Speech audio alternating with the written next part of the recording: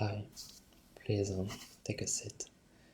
So, as you probably already know, you are here for a class, but not a stressful one. This is only to help you, and we won't suffer any stress. I will not judge you. I'm only here to help you prepare a good resume and also your future job interviews. So, as you can hear, I'm not an English native, but I can tell you that some of your job employers, some of the recruiters will not be English natives, so you have to be prepared for someone who has an accent like I have. My English is far from perfect, but it's a good starting exercise for you because you will have to deal with it. So, but don't worry, like I said, this is a relaxing class. There isn't any pressure. So, I wanted to start with your resume. I have right here the one you sent me yesterday. So this is not your final resume, this is only a test one, so that I can help you improve it. So let's start with the beginning. I can see that there is nothing here, but it looks like the paper is cut, so maybe my printer misfunctioned, because you should have your name and personal informations here. So was it my printer, or was it maybe okay, you forgot? Okay, that's not a problem. So I can explain you which informations you should put here on the top. That's mandatory. You will see that we will have a lot of things, parts of the resume that you can adapt, but your personal informations, not so much. This is with a lot of rules, and you really should follow them.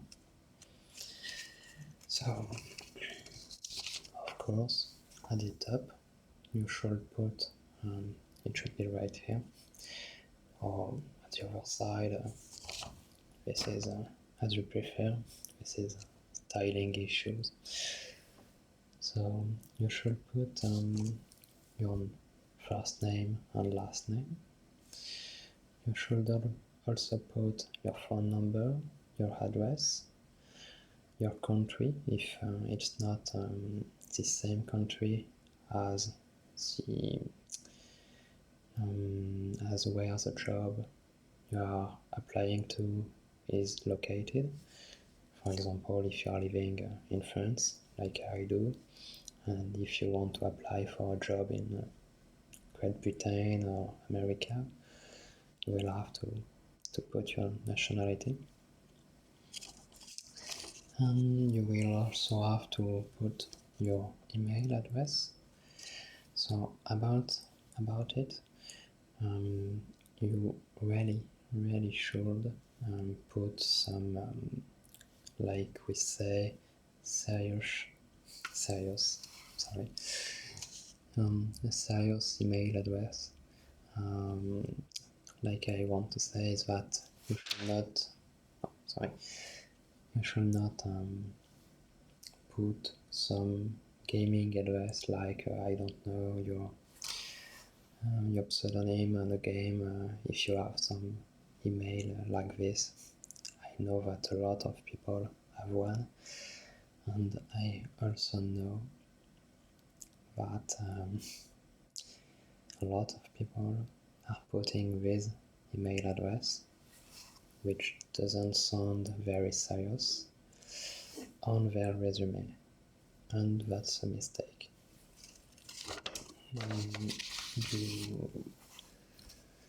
You must understand that the recruiter, the person who will look at your paper,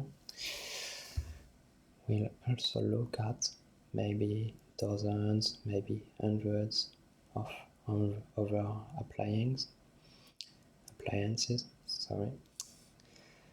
and he won't have a lot of time to do it. He will try to do as fast as possible. So the first thing that he doesn't like at all, he will throw the paper. It will be as quick as that. No, you should not stress about it. I'm sure we will do something fine, but that's a common mistake, to put a bad email address, and that's an easy mistake to not do. You can really avoid it easily. So I'm just saying that so that you don't make it. A good email address is one with maybe your first name and last name, or your first initial and your last name, something like that. And a good email address is also at Gmail or Yahoo, things like that. Not something we look to maybe too private, to not adapted to a working job. So after that, you put all these information here, and then there is a question of the picture.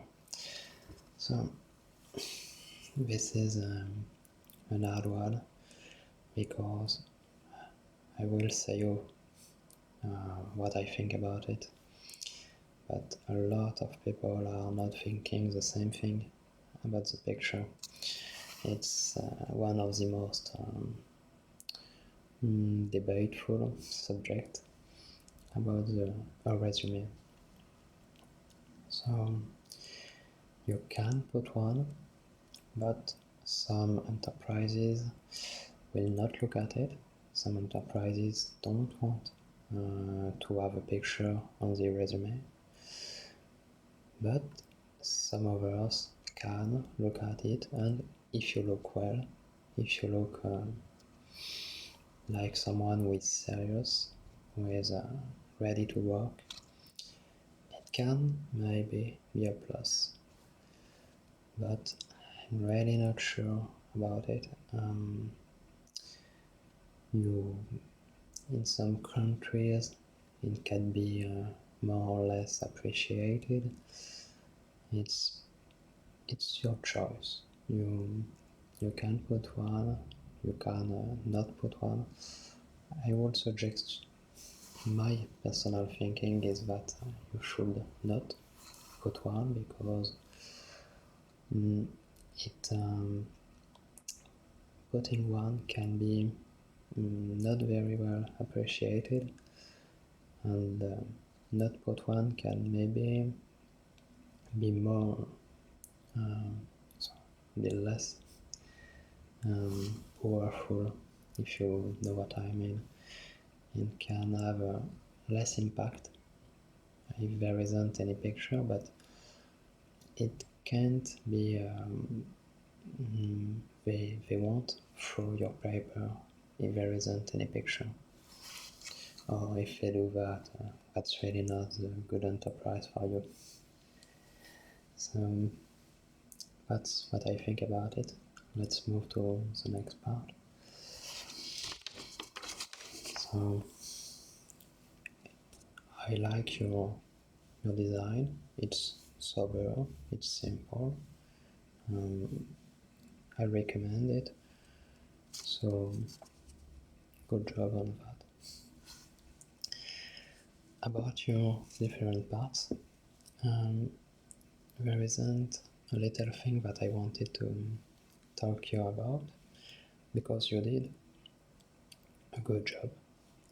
Overall, your resume was a good one. Knowing that it was your first one, this is really a good work. But we can talk a little about these two choices, because you started with your from your studies, you started with your student experiences, and then you put some work experiences.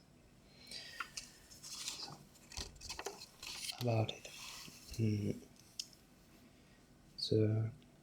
The goal of a resume is to sell your personality, is to sell your skills the most effective way possible. As fast as you can prove that you are good for the job, as fast as the recruiter can put you on the right box and call you later for a job interview. So the goal is to put your most valuable informations at first.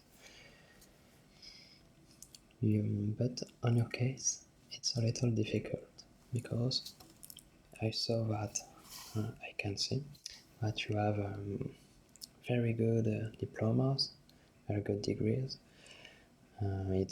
You did a great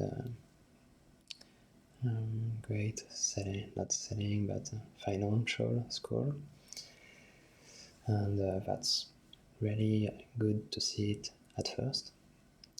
But I also see that you did this job. Is it true? Yes. That's not false information. That's good. So I saw a lot of resumes in the last few months, and I can tell you that your work at this job is really valuable. It's a very good job that you had. You had a lot of responsibilities, and apparently you did well. So for an enterprise, I don't know if I would prefer to see your great financial school or your great enterprise job, your personal work experience. I'm letting you the choice. You didn't make any mistake here, but you are still young. That's very impressive to see that you did this job this young. And as you are young, you can put your studies first. But in the next years, I would really recommend you to put your work experience first, because with the ages, with the years passing, this will be what the enterprises will look. They will look for someone who already worked, who already had responsibilities, and who did well with it. So right now this isn't bad, but it can be a little better, maybe. I let you the choice. Sorry.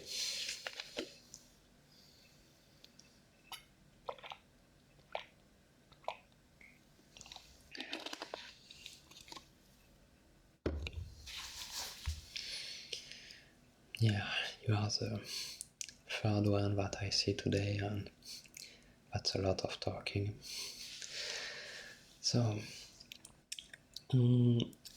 next, you put your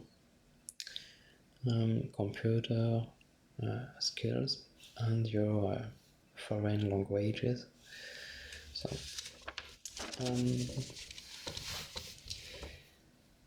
I don't know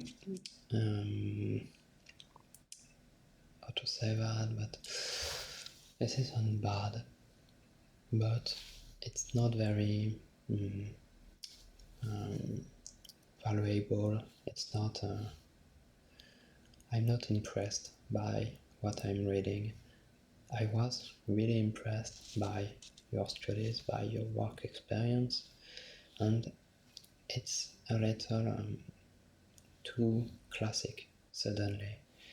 It's like I don't know if you're seeing and hitting a perfect chocolate cake, and suddenly between two bites, you take a bite of a very normal biscuit. You know what I mean? That's maybe too classic suddenly.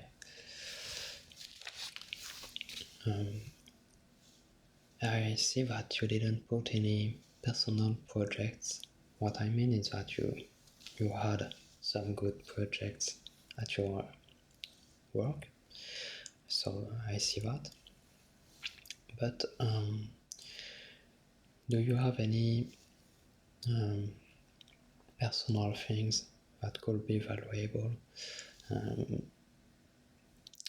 Like, let's think, maybe, I don't know, did you create a website, or did you sell something with any particular skills, things like that you didn't do during your work time, but who could be a little more specific about you, who could be a little more unique. Yes, you did something like that. Why doesn't it appear on your resume? Okay, you thought that it was too personal. What was it, if I can ask? Oh, so I wasn't wrong about the website. You created a website who is working quite well. Okay, so if it's not too private, it doesn't look like it is for me, I really recommend you to put it above with classic computer skills and classic knowledge about foreign languages. This isn't bad. Your English seems good. Your Spanish is average. So it's nice to put it, but if you can put your personal projects above, I'm sure that it will be appreciated. And finally, you were right. You talked about your centers of interest, your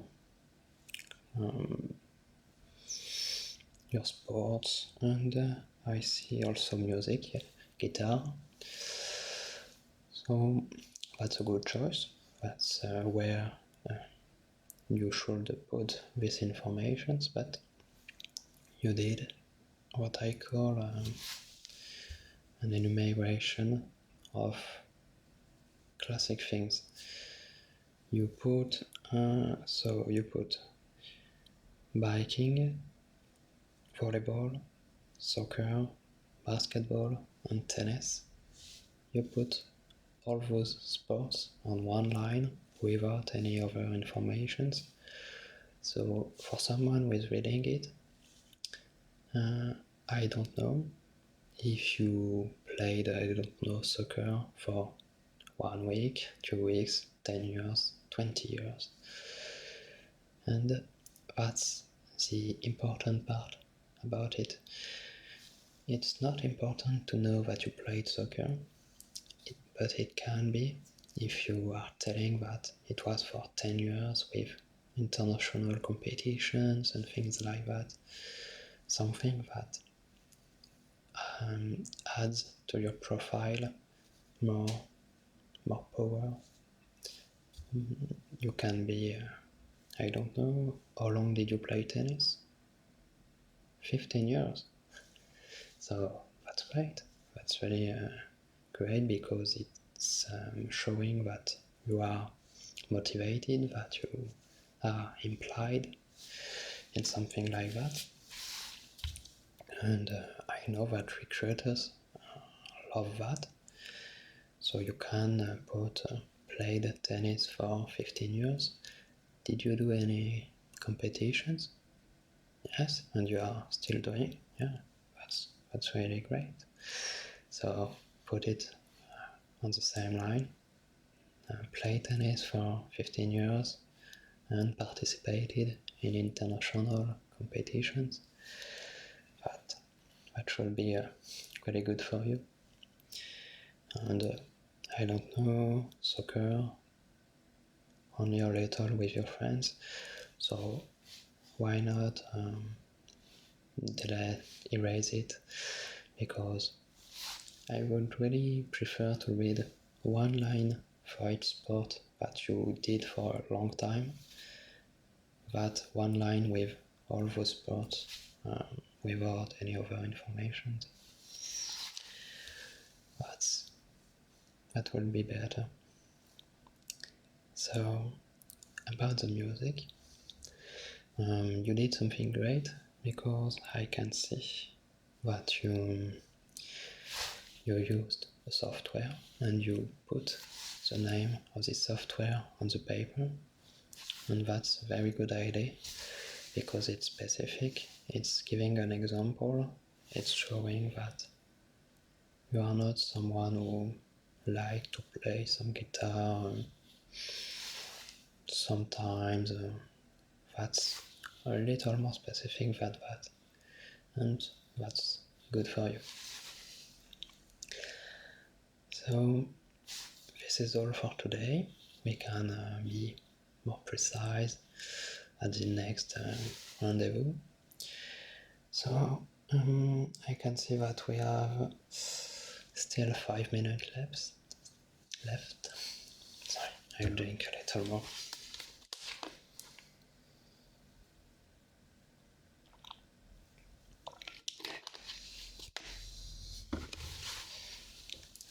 So during these 5 minutes, I wanted to talk a little about the job interviews. So we will talk more about it next time, but just to give you some first advices. At a job interview, it can be really stressful. I know that. We all experienced that. But you really should not, because that's part of the test. They want to see if you are dealing well with stressful situations. Maybe they will try to put some pressure on you. Maybe they will try to be a little, how to say that, not, I don't have the word, but they will try to be sneaky a little. That's not a very fine word, but that's saying what I want to say. But this isn't mean, this isn't to kill you or something like that. They just want to see how you are managing your stress and how you are dealing with these situations. They want to see if you came prepared at their job interview, if you are really involved. So you will have to wait before sitting, but you already did that 20 minutes ago, so I'm pretty sure that this is okay for you. You have to wait until they tell you to sit. That looks very basic, but I can assure you that some people forget that. They are stressing a lot, and what they want is to sit, to breathe a little, and they forget this basic rule, and that's really bad for an interview to do that. So you should not. And I can tell you that the questions can be very different from an interview to another. Some recruiters like to ask different questions, questions which can help them to see how you are answering for each part. Maybe they will ask you about your studies, your previous works, your personal information. It can really depend. But what I want to say is that they will do the cutting for you.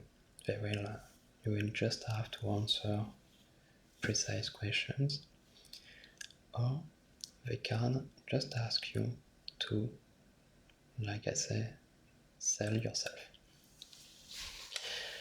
They can ask you to present yourself and to do all the job interview alone, without any question to help you, to guide you. So you have to be prepared for that. You have to not to prepare a specific speech, because you will have to adapt it for each enterprise, but to be prepared for dealing with this situation. That can happen, so I'm telling you that. And next time, if you want, we can talk about it. I can give you a few tricks to manage that a little better. Okay. So apparently we don't have any more time. So I hope that it helped you. I hope that it's making you feel a little better about it. I'm very confident that you will succeed and find a great job.